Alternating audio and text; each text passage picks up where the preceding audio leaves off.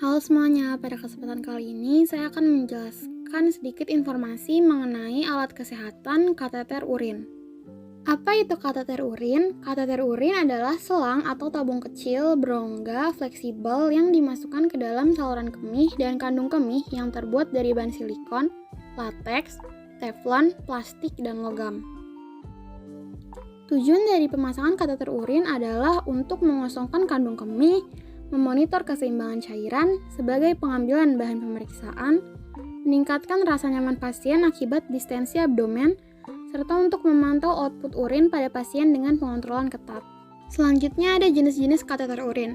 Pada gambar di sini terdapat 9 jenis kateter urin yang tentunya memiliki fungsi yang berbeda-beda. Dari gambar A sampai dengan gambar C itu merupakan kateter Robinson yang merupakan kateter sekali pakai atau yang biasa disebut dengan stroke catheterization.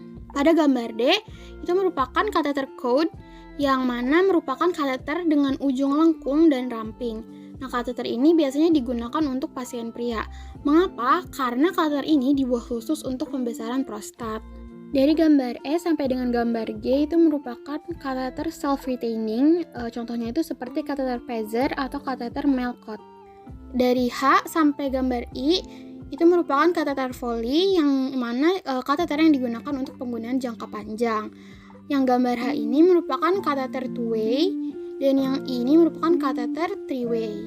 Selanjutnya ada indikasi pemasangan kateter urin. Yang pertama, mengatasi retensi urin. Yang kedua, mengukur jumlah produksi urin oleh ginjal secara akurat. Yang ketiga, memperoleh bahan urin steril. Yang keempat, mengukur jumlah residu dalam kandung kemih. Yang kelima, mengosongkan kandung kemih sebelum dan selama operasi dan sebelum suatu pemeriksaan diagnostik. Dan yang terakhir, membantu melatih kembali atau memulihkan pengendalian kandung kemih secara normal. Selanjutnya ada kontraindikasi pemasangan kateter urin atau situasi di mana seseorang tidak dapat memasang kateter urin. Yang pertama, apabila pasien mengalami striktur uretra, ruptur uretra karena adanya infeksi pada saluran kemih. Yang kedua, apabila pasien memiliki riwayat sulit dipasang kateter urin. Yang ketiga, apabila pasien dicurigai mengalami perdarahan.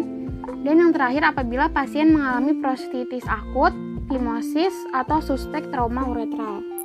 Selanjutnya ada standar operasional prosedur pemasangan kateter urin. Yang pertama itu adalah persiapan alat, seperti selang kateter, plester, gunting, bengkok, sarung tangan steril, aqua jelly, perelak, dan pengalas, spuit 5 cc, aquades atau NaCl 0,9% dalam kom, urin bag, serta kapas saflon. Untuk SOP yang selanjutnya ada tahap penata laksanaan. Yang pertama, memberikan penjelasan kepada keluarga dari pasien. Yang kedua, menjaga privasi pasien dengan memasang sampiran. Yang ketiga, mendekatkan peralatan di samping penderita atau pasien. Yang keempat, menyambungkan urin bag dengan selang kateter. Yang kelima, memasang perlak dan petugas mencuci tangan. Yang keenam, memakai sarung tangan steril. Dan yang terakhir, mengatur posisi pasien. Pada laki-laki tidur telentang dan pada perempuan posisi litotomi. Untuk penata laksanaan yang lebih mendetail, baik pada laki-laki ataupun pada wanita kurang lebih memiliki step-step yang sama. Pada laki-laki, step awal dimulai dengan membersihkan area gland penis dengan kapas saflon dengan cara sekali sapuan.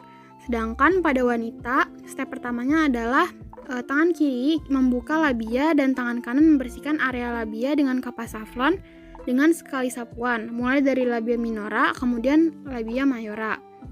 Untuk step kedua, baik laki-laki ataupun pada wanita sama, yaitu mengolesi ujung selang kateter dengan aqua jelly.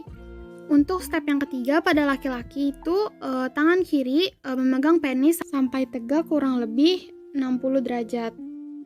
Untuk step ketiga sampai step selanjutnya pada wanita itu kurang lebih sama pada langkah-langkah yang dilakukan pada pemasangan kateter urin di laki-laki. Jadi saya akan menjelaskan step selanjutnya secara umum. Step yang selanjutnya itu tangan kanan memasukkan ujung kateter melalui saluran uretra dan didorong secara pelan-pelan sampai urin keluar. Kemudian step selanjutnya mengunci kateter dengan memasukkan cairan aquades atau NaCl 0,9% sebanyak 5 cc dengan menggunakan spuit. Selanjutnya observasi respon pasien. Selanjutnya, fiksasi selang kateter dengan plester pada paha pasien dan rapikan pasien. Selanjutnya, Gantung urin bag pada sisi samping tempat tidur. Kemudian rapikan alat-alat yang telah digunakan. Setelah selesai, petugas mencuci tangan. Dan step yang terakhir adalah mencatat pendokumentasian setiap kegiatan. Nah, penggunaan kateter urin ini memiliki beberapa efek samping, di antaranya yaitu yang pertama, menyebabkan adanya pembengkakan pada uretra yang terjadi ketika memasukkan kateter dan dapat menimbulkan infeksi saluran kemih atau kateter associated urinary tract infection, obstruksi, kebocoran, atau bahkan kerusakan kulit. Yang kedua, dapat menimbulkan gejala ketidaknyamanan kandung kemih atau catheter-related bladder discomfort, seperti meningkatnya frekuensi buang air kecil, terasa nyeri, kejang otot, dan lain-lain. Dan yang ketiga, penggunaan kateter urin ini akan mempengaruhi kualitas hidup pasien, diantaranya kondisi fisik, psikologis, sosial, dan lingkungan. Di antaranya berpengaruh pada kepuasan, pengalaman pasien, aspirasi, kesejahteraan individu dan komunitas, serta hubungan sosial.